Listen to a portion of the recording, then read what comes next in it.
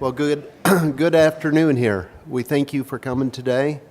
Today we're going to be going over the effective state advocacy, but because I can't say that word right now between my cold and the jitters here, we're going to say the state coordinators. We're really looking to take the state coordinators to the next level again. I know the last few years it wasn't necessarily our number one priority, but it is, and we need this to go again. We need to revitalize our whole state coordinators here, and we're hoping that you can help us get there by telling us what you need back in your state to help us get there today. So to my immediate right is Claude, and to his right is Nathan, and the three of us will be working together today. We're going to go very quickly through the presentation because we want to get to the point that we can talk to you, and hopefully you guys will all speak up and let us know what's going to work for each one of you. So first of all, can everybody hear me out there? No? Hear me better? Okay. Okay, we'll get started here. So the first thing is, where are we today? We're working on a shifting of priorities. Over the last few years, we've been focusing on the federal. We've done a great job with the team that we have assembled today, and we're making great strides in Washington, and I think you guys are probably all aware of that. Now what we really need to do is, at the same time, it would have been great to do the state at the same time as the federal, but it's hard to eat the whole elephant with one bite. So what we're doing today is we're saying, okay, let's get the state going again by shifting our priorities, or complementing, I should say, what's already in process. We want to revitalize the WISPA State Coordinators Committee, and we are in the exploratory stages. The three of us have gotten together a couple times, and we said, we don't know everything out there. We are hearing all types of ideas from many of you, but we don't know exactly what's going to bring us the biggest bang for our buck, okay? So that's why we're here today, to hear from you and get there. What are we looking for? This is a key. We're looking for dynamic, energetic state coordinators. We want to take this to the next level and help each state out as well as we can. We want someone wanting to make a positive difference, and I think that's a key. We want to make a positive difference in every one of our states to build on the reputation that we have going, and that is to gain more support, to leverage more of the dollars, the spectrum, and everything coming our way. And we're open to state co-state coordinators. So if you say, gee, if there's two folks that say, I'd be more than happy to help out in this state. Or if there's one that says, gee, if you can find somebody else, I'll try to handle the east side and west side, we'll work together. We're open to that. So we're open to the ideas that you have and what will make things most comfortable for each of you. What are we hearing? We're hearing all types of things, and this is why we're here. We're hearing regional meetings. I think Claude touched on that a little bit, and maybe this will be a good way to do it, is first of all have at each of our annual, the WISPA Palooza and the WISPA Americas, having a meeting for all the state coordinators. Everybody's welcome to come, but definitely want all the state coordinators to come if they can.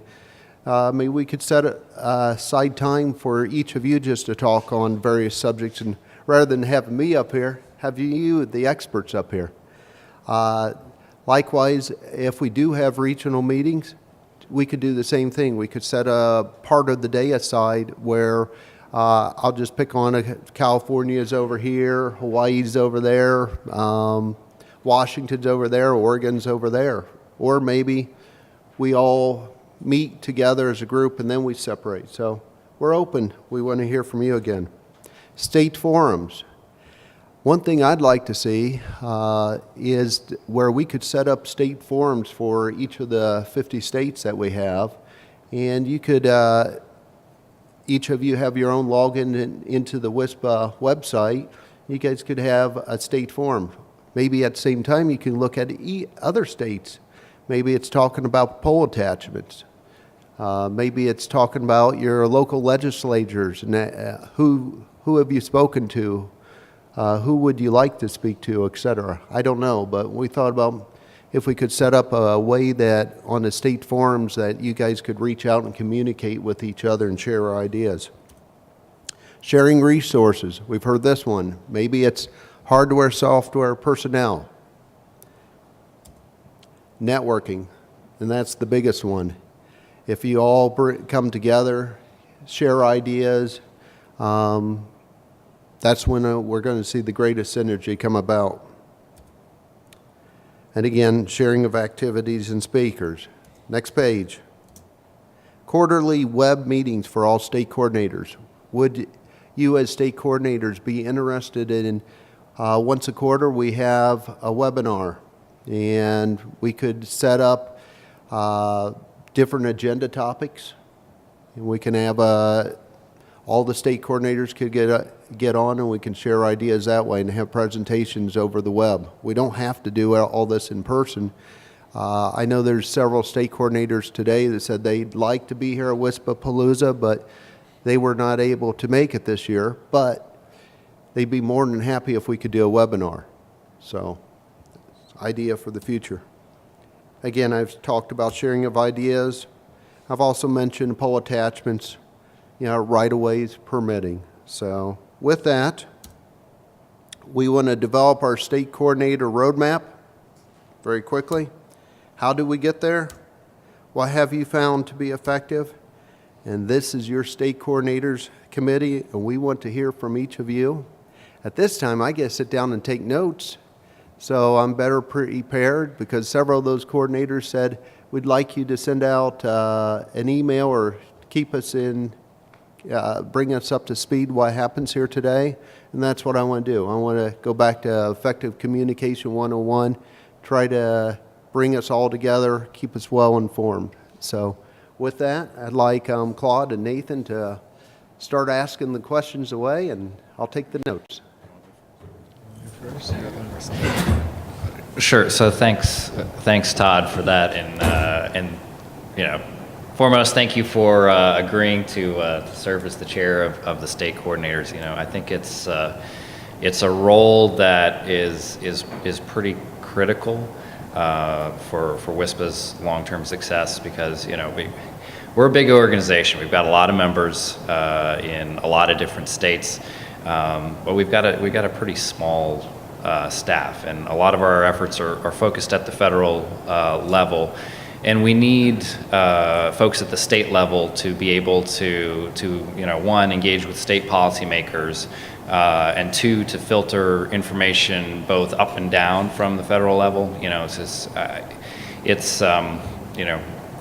I'm new. I don't know everybody yet. I look forward to doing that over the course of the next few years. But then, in the interim, we kind of need a group of people to serve as the organizers in their state and to be responsible for if there are issues that are going on at the state level that we need to hear about at WISPA for our federal advocacy, or if we really need to get information out there, whether it's calls to action or other things of that nature. I would view the state coordinators group as pretty critical in that regard, and it's also an opportunity for us to better get to know each other.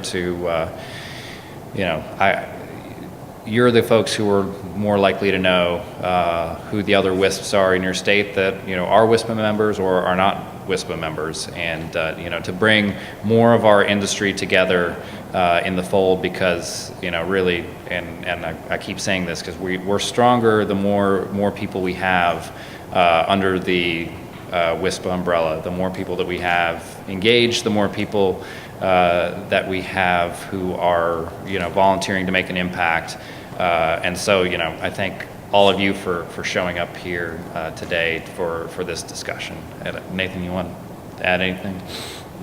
I think the only thing I would add to that is it's something I saw recently. At the federal level, we've done a fairly good job, and I know it's still a lot of work to do, convincing people that fixed wireless is worthy, right, that we can do this.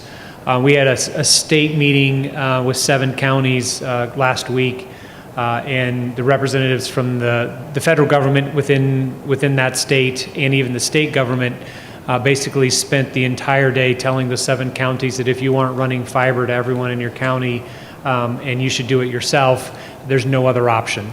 And I couldn't make it, but my general manager in that area is like, but, and they're like, nope, he didn't even give him a chance to talk. And it's like, well, we have the federal government supporting us now, and no. So there's still that fight that we have to get done. And it's the same fight we did, 5 years ago, last year, whatever we did in the federal, having more of a state focused to fight that fight. And having you guys be that coordinator that says, hey, I need to bring Claude in on a call, or myself or somebody on a call with a state person to tell them the story to help add some credence to what you're saying.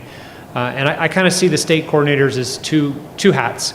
One, it's coordinating all the WISPs you have in your state, helping them have either meetings or helping each other. And then 2, keeping abreast of what's going on in your state as far as what legislation you might want to support or not support, or maybe there's something that's going on. And those are kind of a 2-pronged approach and 2 different things. But feed to the same goal of trying to increase our own advocacy as an industry within each individual state. Because each state sometimes is different, so it's hard for us to say, let's do that one policy across all the states, because we might be wasting our time in one state that's already been solved and needing to spend time in another one. So we appreciate everybody being here. I think we have more than 50 people, but I'm sure we don't have Rhode Island in here at all. So we'll have to go out and find a Rhode Island person to help us. But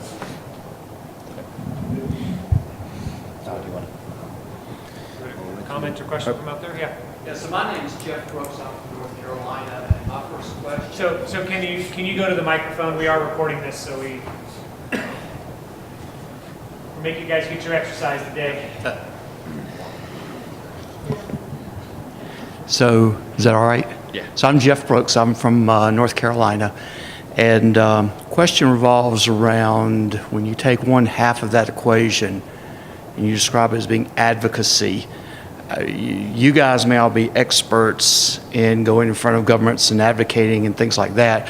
How do I ensure that when I communicate with people that are either in the administration or in the legislative arena, that I'm properly and appropriately representing WISPA, okay, like do guidelines or suggested direction, because I don't want to have my foot be in my mouth and me chewing on it and me hurt what we're trying to do. That's a really great question, and I think the answer from my perspective is 2 parts. One, a lot of our advocacy materials that for use both at the federal and the state level are on the WISPA website. So I would encourage you to go there. We've got a great report out there on our industry. What it looks like now, what it's going to look like in 5 years, how cost effective we are to deploy.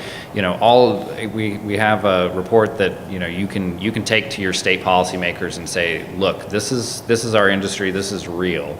We also have talking points on what is fixed wireless, what does that do.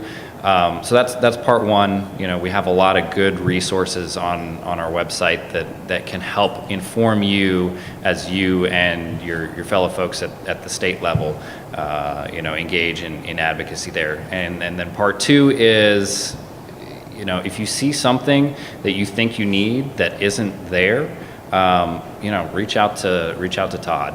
And he'll be able to sort of serve as your liaison to say, I'm hearing this from like 3 or 4 different state coordinators that we really need a fact sheet on issue X, and then that helps me to engage our professional staff to say, okay, well, this is a resource that we need to create for our folks who are engaging on the state level. So in a prior life, in a totally different, not wireless, but we were asked to come up to the Capitol in California, in this case, though I live in Oregon now. And we brought a couple school buses full of people up there, and we were all going to lobby on this particular subject. So we get in this big room, and we say, okay, now go to each one of your area's representatives. And 75% of them didn't know who their state representative was. And these are people that are engaged, willing to go about a 500-mile drive up to Sacramento. And so it's seemingly, at least in Oregon where I am now, there's a lot of just basic things that people don't know. And I think part of the reason they don't know is because they don't know really the lay of the land. They didn't know that you can get a hold of the state representative to probably sit down with you and so maybe it's just some more basic. And I hate to say it, everybody should know who their state representative is and should have already had contact, but that's not the case. If you want to mobilize numbers, you're going to have to tell them, do this thing. And also, I think it may be of interest to know that when you talk to your state reps or U.S. congressional types, they actually do want to hear from you. So maybe just a basic fact sheet of who's your representative? Why do they care to hear from you? And not to the level, like when you go to D.C., there's an echo, inside the Beltway, there's an echo factor. And everybody assumes they speak Beltwayese. When I went to the FCC and talked to the chair people there, they assume you speak FCC, but you don't. You're trying to operate a business, try to stay in business. So something that's really basic and lets people know with big, pretty pictures. This is who is in your state. Might be of use. I don't know if that's really just my experience from trying to lobby people to go to the Capitol and do stuff. Thanks. No, I think you hit one of the nails on the head. Forbes, when you started the state or the DC fly-ins and all those things, it was years before we actually got a lot of traction on that. So it takes multiple touches, multiple times, and I think it's part of what you could be doing to get the story out is if you go do it yourself and say, wow, they don't really bite that hard. They were interested in listening to me. Everybody I've ever gone into and talked to in government, they would prefer to listen to an operator, someone who's actually running the business, than a lobbyist person trying to persuade them to do something. They want to know real world stories, and how much more real world can you get than having somebody who's running the business go in and talk to them. But a lot of WISPs don't believe that, right? They don't know that. They just don't know. And that's the advocacy part where you can say, no, I went in and talked to them, and yes, it was a little nervous at first, but actually it wasn't that bad, and they really listened, and they actually followed up, and maybe we don't get what we need or ask for right away, but at least you're starting those relationships. And that's where having that communication between all the WISPs in your state can be done very, very easily once you have a little bit of success. Yeah, and I would just add to that, like we're, as an organization, we're all about trying to make it easier, but we're somewhat resource limited, and this is the first time that we've actually brought online a tool that enables folks to do that at the federal level, and we just launched that yesterday. So then, and it's difficult for us to. It's hard enough for me as the sole WISPA employee that's focused on policy to keep track of what's going on amongst the 500 plus offices in DC, much less the tens of thousands of offices at the state level. So, I understand the need to make it easier for folks to engage at the state level, and I think that is something that at least right now I'm going to have to lean on you to do. And that doesn't mean that in sort of my long-term vision plan that we don't have something a lot more robust to do that. But like I said, we just launched our first federal tool yesterday, and so we're moving in the right direction, and we have been for a while. But I think it's going to, at least in the short term, we're going to have to rely, like Todd was saying, on motivated and engaged state coordinators to really drive things at the state level, if that makes sense. Mr. What is the number that people text WISPA to make sure they're signed up for that program? That is 50457. Yeah. If you haven't already done it, you should sign up for that program. Send a text right now. Take out your phone. I'm not kidding. Spending a lot of money on that support. You should sign up. If you're in this room and you care enough, you should be on this program. What's the number again? All right, let's, can we edit the slides and have it up there for? It is 50457. So you just text WISPA, W-I-S-P-A, all caps, to 50457. Bingo. All right. And when you fill in your information, use the email that you've registered with WISPA. Yeah. Are we ready? Okay. I apologize. I have a lot, so you can throw All stuff right. at me whenever you want. So my name is Christian Hoffman from California. So first thing, something you touched on before was a better way to address California WISPs. It drives me absolutely bonkers. I almost like ran up to the stage when you were presenting. You said, there's 287 people from California. I'm like, I'm going to punch all of you. Answer my emails. Just the email list, it's like 10 years old, the California mailing list, and no one, I don't know who has control over it these days. And so I know there are people, the only reason why I know there are people still on the list is because they, at the show, say, hey, yeah, I saw that email you sent out. Then why don't you reply to it? But there are also some weird quirks to it in that I also know that there are members of the CPUC on the mailing list, so the enemy is listening. And I have to be careful about what I say, and I can't strategize policy with the only mechanism I have to talk with other California WISPs when they're listening to what I'm saying. Right. Which also, it's an odd situation too, because when I know that they are listening, because they'll forward emails back to me and say, hey, can you also address this issue and can you talk to them about these other weird things? So it's a strange scenario that Right. we live in. But in any case, So can I address that real fast? Sure. So as the state coordinator, you should have control of your state email list. And I do not. it sounds like you do not, so we need to address I've been told forever that I can't, so Okay. I would love to. All right. And so I don't know if there's a way Todd is taking notes. Yeah. I mean, do new members get auto-subscribed? If you're from Nevada, you're on the Nevada list. If you're California, you're on the California list, or? If that's not how it happens, I think then, How it happens is when you go out to the listserv, you sign up, just like you say, I want to be on this listserv or this one. I know I'm on a couple of them that I just put a check mark to. But you have to so check it when you sign up, right? I personally check it as. So I say we Yes. ignore GDPR and just sign everybody up. But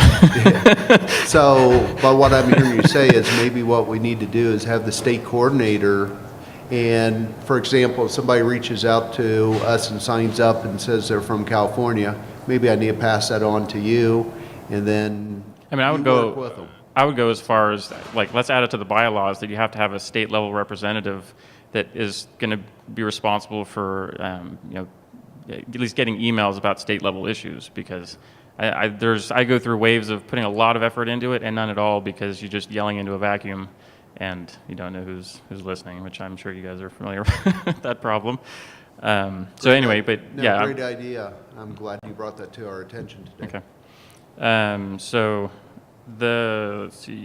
legal review and guidance, just if you can confirm, my understanding is that WISPA can't directly spend any money on essentially attorneys to review legal processes, which I understand because of that weird situation we have with the CPUC. They email me and say, hey, here's a proceeding that is really beneficial to WISPs, but there's literally no one advocating for you on this behalf. Here, you should be involved in this. And so I write a comment and get involved in the process. We've actually been able to get traction. We've had WISPs be able to participate in the state grant programs and other cool stuff, try to get access to poll rights. And that's me. I don't play an attorney I'm not on TV or I'm just making stuff up. And surprisingly, it's worked so far. And Steve Cran has been kind enough to throw me a bone every once in a while, but I imagine he's just doing that out of the goodnesses of his heart. So if there's a way that we can actually get, when it gets down to, hey, I'm involved in a legal proceeding at the state level, some kind of assistance or just even review. I know that's not a simple problem, but I'm going to say it again. So.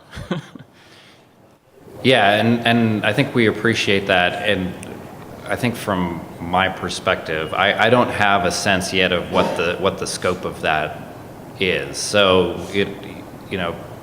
again, going back to the whole, we're a very resource limited organization. Right. If we're trying to do this on 50 state, across all 50 states, we need to kind of get a sense from, and this is where Todd comes in. I think we need better communication amongst the state coordinators and between the state coordinators and the chair, because if it's a matter of something bubbles up once every couple months across all 50 states, that may be something that we can address. If it's a major issue that's likely to impact a large number of members. But if this is something that's on a monthly basis across all 50 states, that takes an organization the size ridiculous. of Yeah. CTIA to actively address, and that we need to increase our budget by about 100-fold before we're able to do that. But we're working on it. But Nathan's working on it. I'm from California, so I'm gonna try not to sound self-important because whatever. But No, we're- but we do need to hear these issues. Well, and the things that are done in the CPUC tend to bubble up to the FCC, correct? And so we just dodged a huge bullet that no one had any idea this week.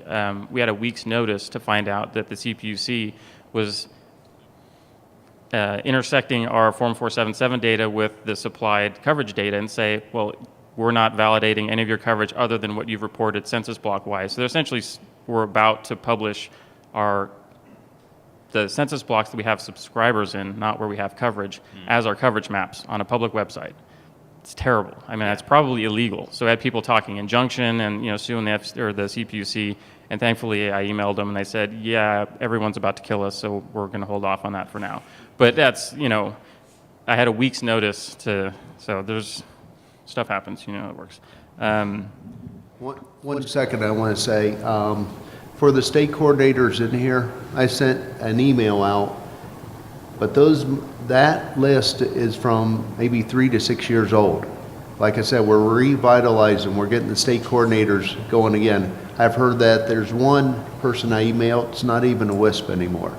Okay, so several of you reached out to me, gave me your phone number, your contact information. That's great. That's what we need to do to start building this communication 101.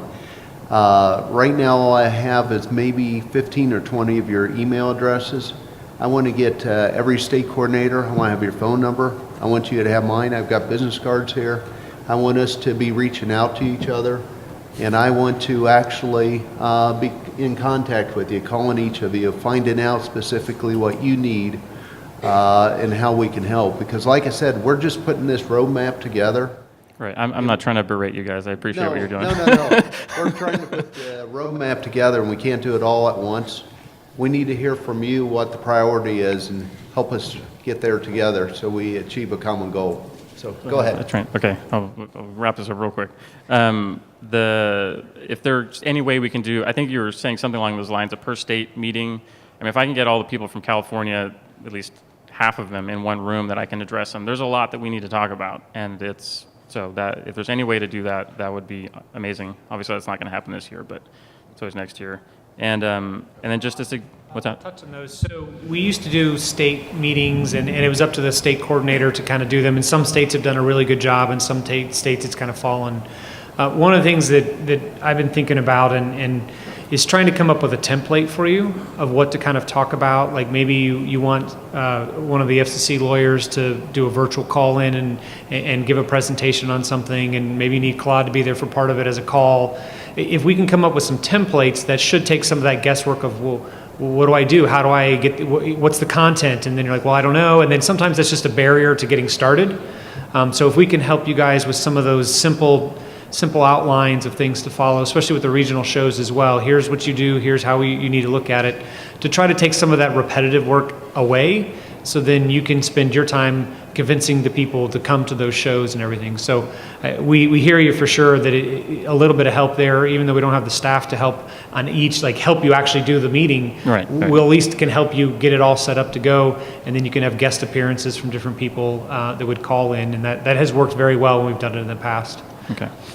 Yeah, with California, it's if you build it, they will come. I mean, I can't get anyone to confirm, and then 50 people show up. So it's like, guys, got to work with the program here. So just last, a suggestion for everybody. I know in California, we have the CPUC. Everyone's got a public utility commission of some kind or another. Just recommend, if you're not already, call them up, try to get on their service list. And so like I'm on the service list for their broadband mapping program and the grant program for broadband and that sort of thing. And so, I get literally an email every day of all the proceedings that are going on, and they're long and annoying and legalese. But I read them and I find stuff that we need to know about, and then that's the bulk of what I forward on to the mailing lists. And so that's just part of my daily process, is going through legal proceedings. But they're kind of interesting to read. So. Yeah, and I mean, I think that's another important thing is hearing from you and then hearing from others. Like, I don't know, like show of hands, other state coordinators in the room, do you do what Christian does? All right, so, and this is why we get everybody together in a room, and why we're trying to get everybody engaged, because there are good things that our state coordinators are doing to further advocacy and information in their state that could be replicable across different states, like being on your local regulators mailing list. Like, that's something that can be very valuable to keeping your fingers on the pulse of issues that are state level issues that are going to affect WISP. So, appreciate you raising that. Yeah. Thanks, guys. Go ahead. So just real quick on that too, like for me, I would be the absolute wrong person to read some email every day about what's going on in my state. But I love talking to people and coordinate what's going on and everything. So if you're the person that loves to wake up every morning and read what's on the docket and then tell everybody, hey, this is what we need to worry about, but you don't like necessarily contacting everybody and telling them that's what they need to worry about, find somebody that complements you, work to everybody's strengths. And that way, that's where we have the co-chairs, or even if you're not even called a co-chair, who cares about the title? Just step up and help where your strengths are, because then it's easier to do. And just don't ask me to read a whole bunch of stuff, and I'll help you wherever I can. Well, and what I was going to say is, again, if we have the state forum, would that help? That you could post something out there like that, and then all the other state coordinators would be able to see it. Are we setting up an email list for the state coordinators collectively? I don't know if we did that. Okay. I don't know that I would go visit a forum, but I would pay attention to an email list. Okay. We already are. Teresa Bethune with Freedom Broadband in Maryland, and something you kind of stole my thunder a little bit, and that was we need to share best practices. I feel like I've been doing a decent job from an advocacy perspective, because I'm sitting on the state of Maryland's Rural Broadband Task Force, and we've been able to legitimize wireless as one of the offerings. But I'm probably not doing a good job of communicating that to other WISPs in Maryland. There are not as many members in Maryland. There are a bunch of WISPs that are not members. So I probably need to do a better job of recruiting them into the fold.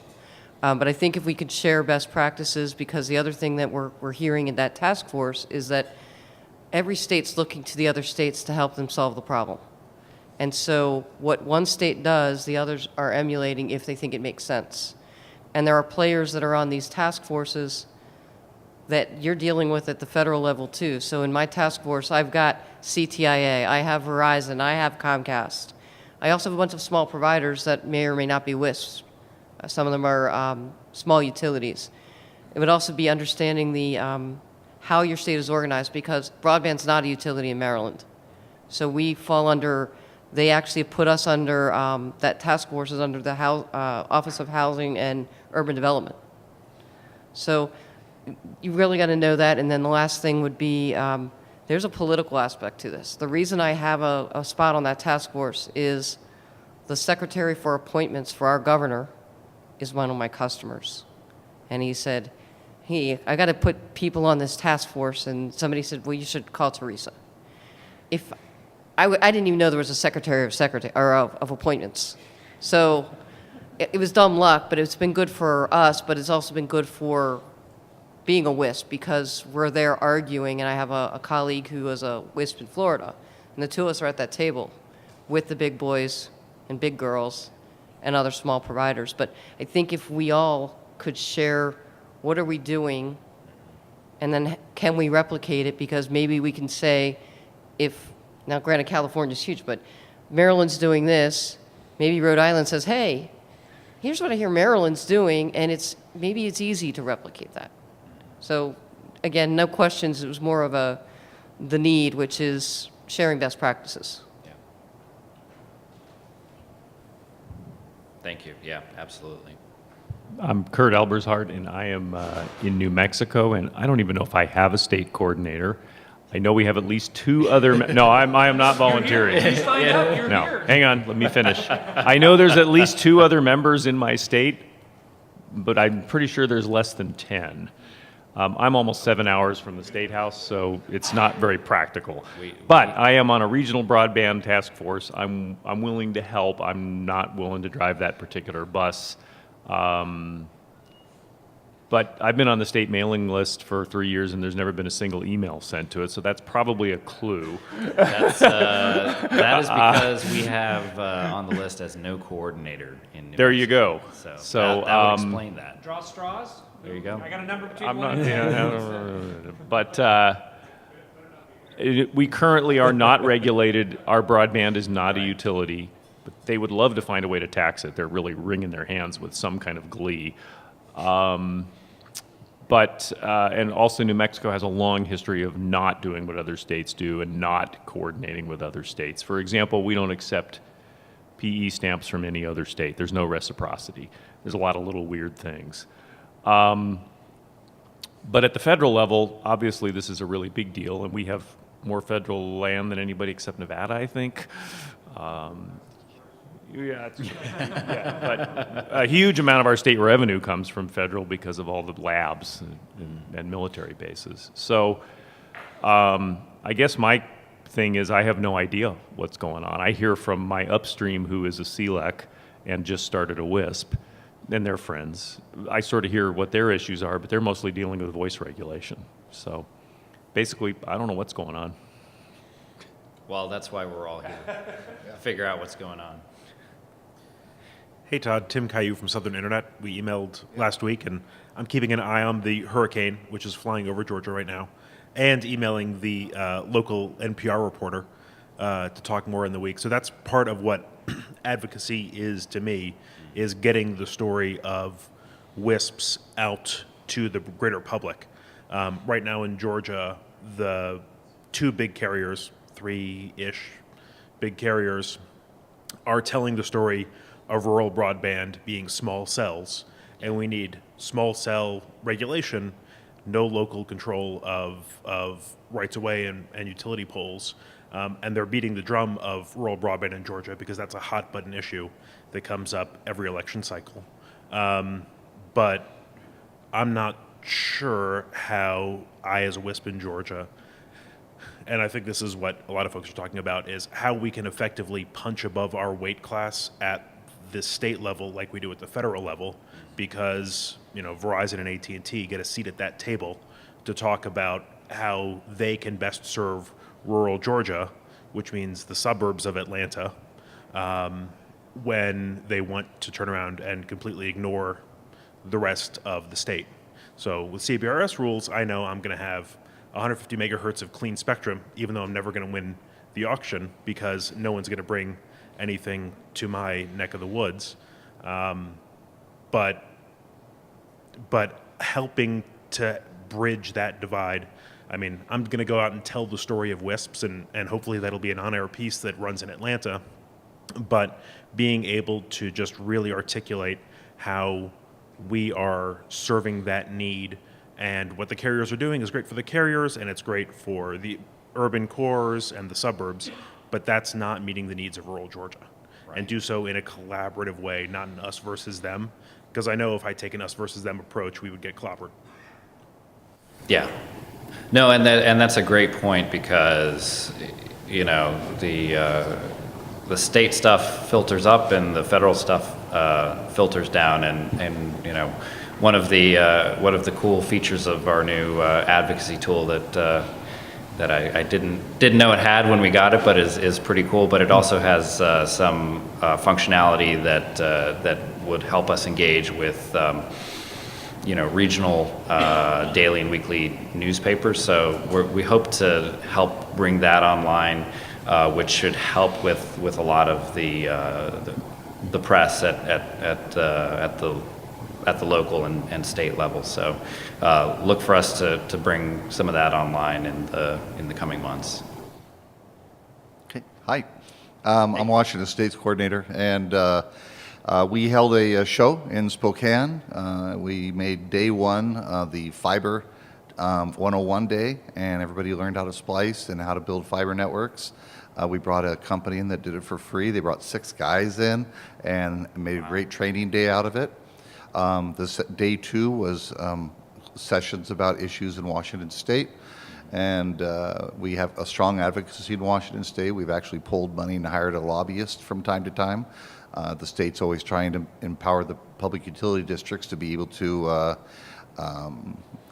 go into retail business. We've stopped that for 4 straight years now, and they've gotten to the point where they try and hold it in executive meetings and everything now to keep it as quiet as possible. We still catch it because we belong to the legislative emails that come out from that committee on both the House and the Senate side, and you should all as well have those. And it is annoying sometimes, some of the things you're getting, much like he said, and but we do catch this stuff, and we've been able to stop a lot of really bad rules about us. We unfortunately are the first net neutrality state, and we have battled that pretty much, and we're helping them water that down now that they've passed it and realized the errors of their way.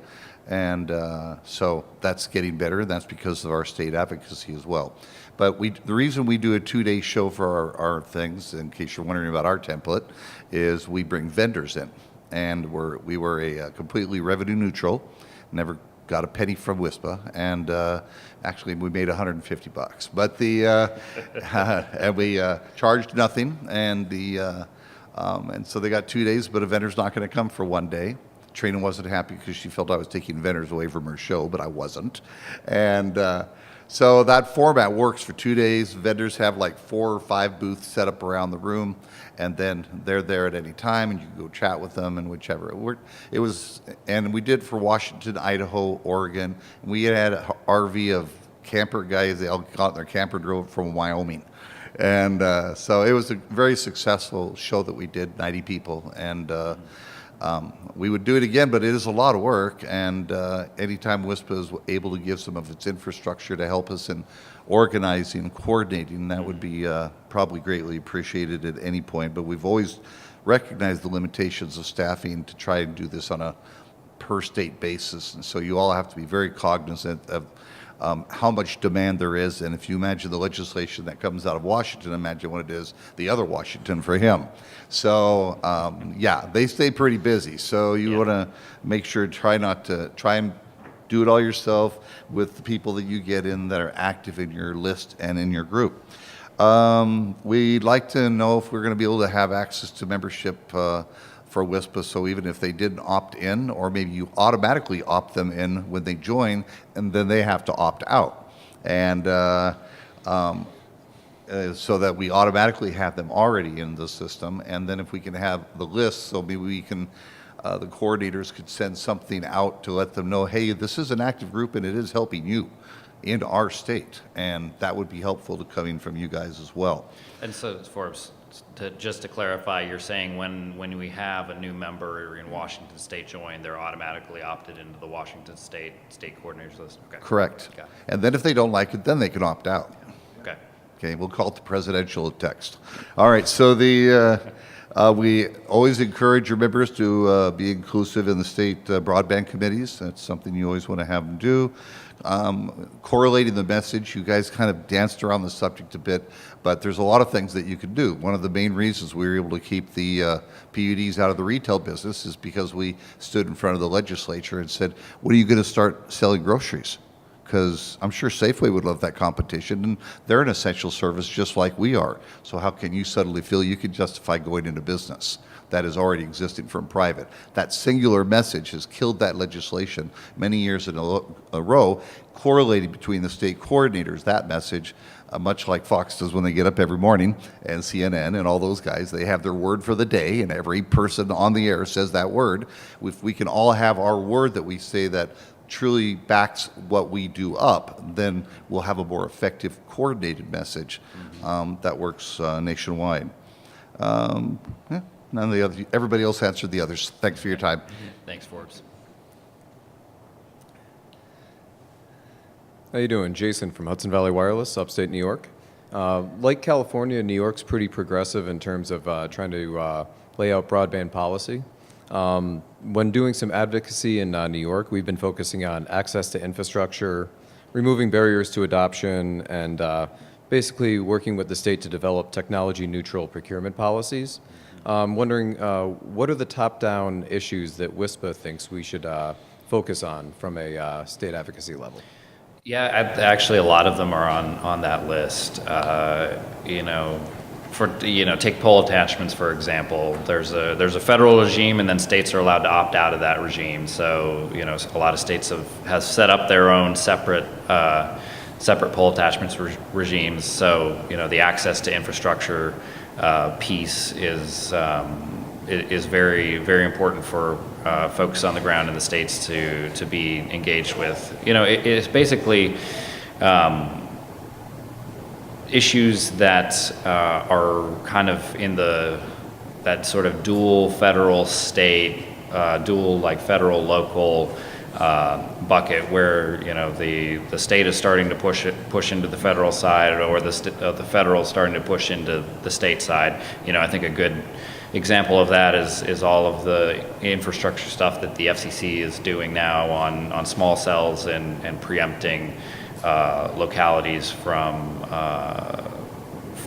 regulating small cells. Like, I think that's a good thing that should be kind of pushed out for folks who care about what their localities are doing, and then vice versa. If there are good or bad examples of what localities are doing, then that should kind of filter up to us at the federal level, so that we have kind of the stories and the advocacy flowing both ways. Does that make sense? It does. And another part that we've been focusing on as well is the development of public-private partnerships to gain access to public safety towers, county buildings, high-rise, vertical infrastructure.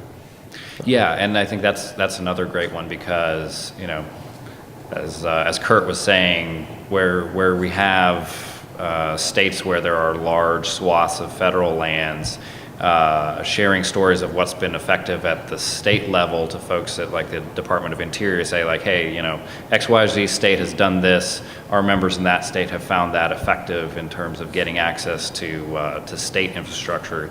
Can we replicate that at the federal level? And then vice versa, if the assume that the Department of Interior comes up with some fantastic new way for the Bureau of Land Management to manage their vertical infrastructure, being able to push that down to the state coordinators and say, hey, the feds have come up with this approach that we really think works. Why don't you do that for the infrastructure that the state owns as well? Oh, good. Thank you.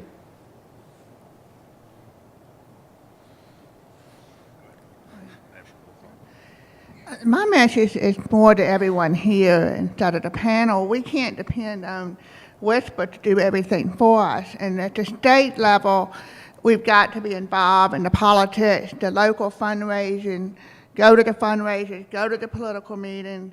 We have to put our personal money into that, and to know the people at the State Department, the various State Departments that do care about broadband. We have to do that groundwork, and once they know us and we do that groundwork and they see what we're doing, then we can have influence. No, I think that's absolutely right, and that's an issue that we kind of touched on the panel immediately preceding this one, which is focused on federal advocacy.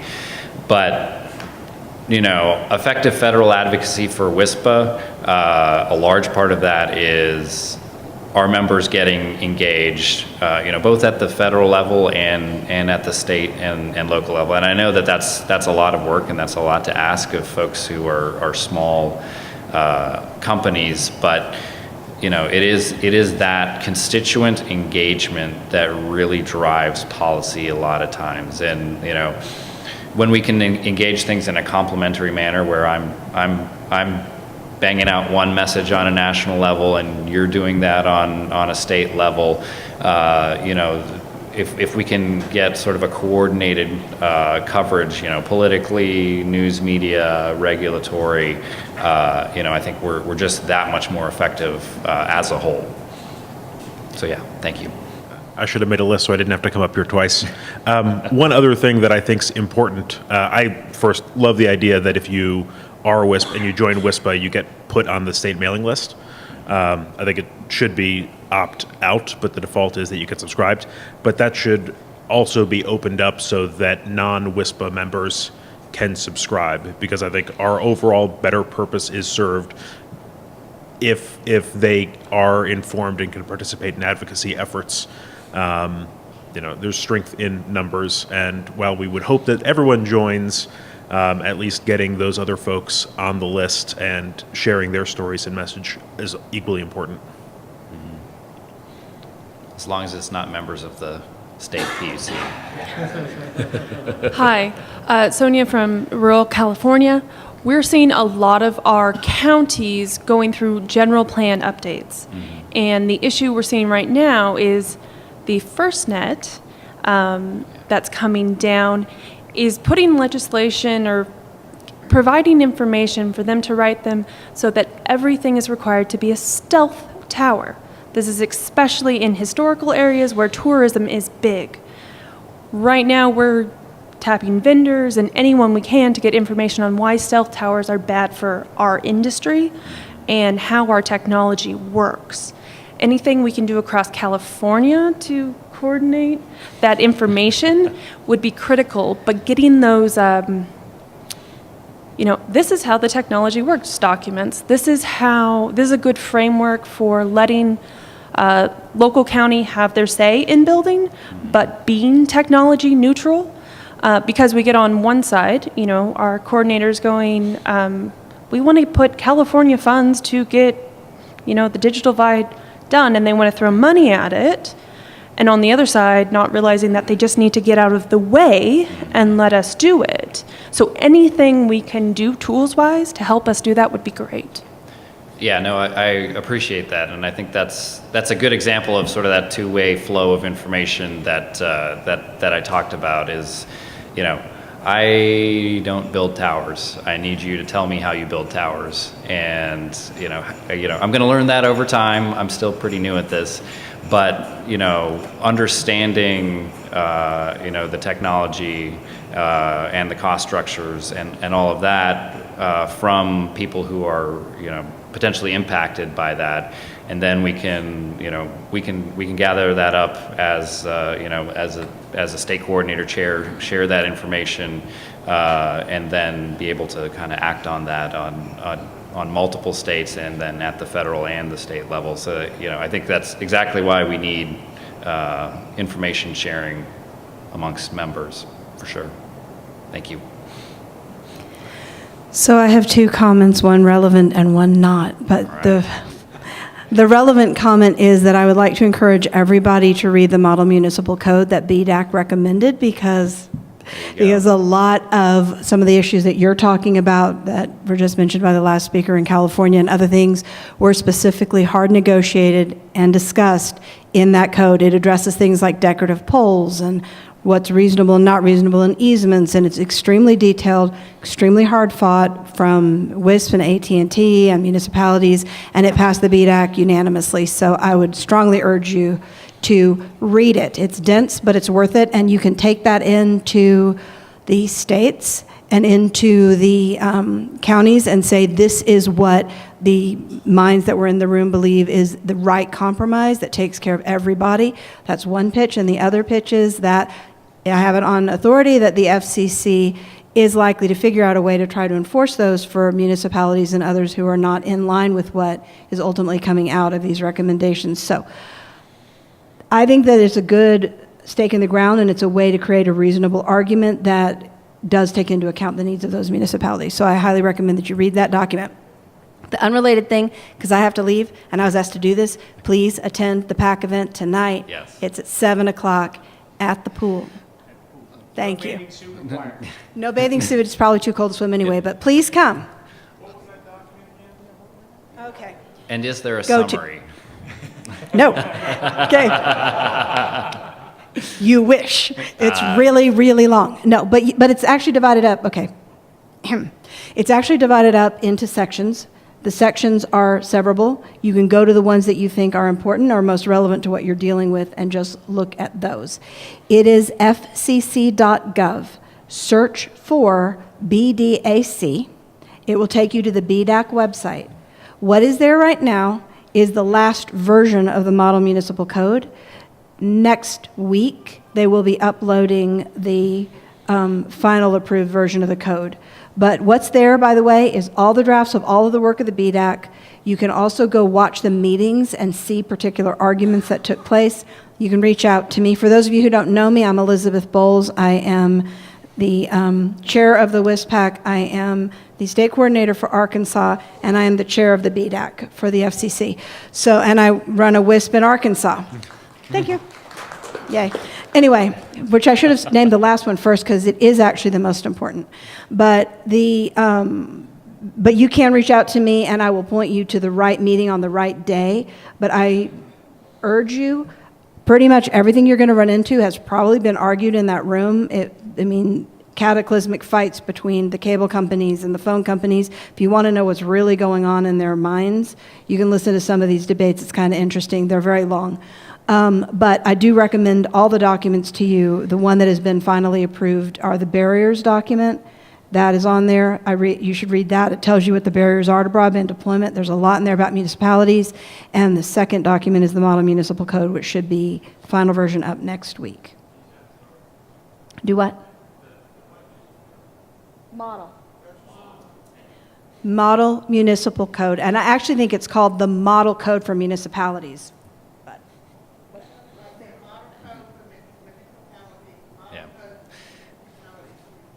All right. There's two model codes, states and municipalities. The municipality code has been approved by the BDAC, but the current version goes up next week. The model state code will be approved in December at the December meeting. All right. Thank you, Elizabeth. Very much. Thank you. Hi, I'm Michelle Bolton. I'm with Georgia High Speed Country Internet. I would just like to make a quick suggestion. I know we're running tight on time. I didn't even know that there was somebody else here from Georgia. Maybe if we could all stand up and at least say where our states are at, so that if we're in the same states, then we can at least hook up here while we're here live. So I'm from Georgia. All right.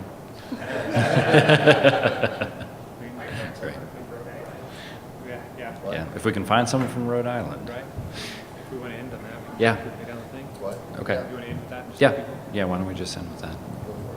All right, so start over there, stand up, just say what state you're from, and just go fast. Rhode Island, Oklahoma. Okay. Front right here.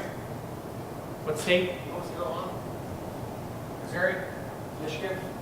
Arizona. All right, thank you for standing up. Very good. Alaska. Utah. Arizona. New Mexico. Maryland. Maryland. We're together though. This was self-selected, by the way. Yeah. Not together. New York. Wisconsin. Washington. Texas. California. Utah. Indiana, Illinois. Arkansas. Iowa. Nebraska. Wyoming. Colorado. Alaska. Wisconsin. People's Republic of California. Yeah. North Carolina, South Carolina, and Georgia. Oklahoma, where the wind comes running down the plains. All right. Not the West. Illinois. Texas. California. Kentucky. California. Wait, but Oregon? Okay. All right, I think Todd wants to. Yep. Okay, in summary today, because we're running out of time, any of you that could, give me your contact card. Say what state you're on it.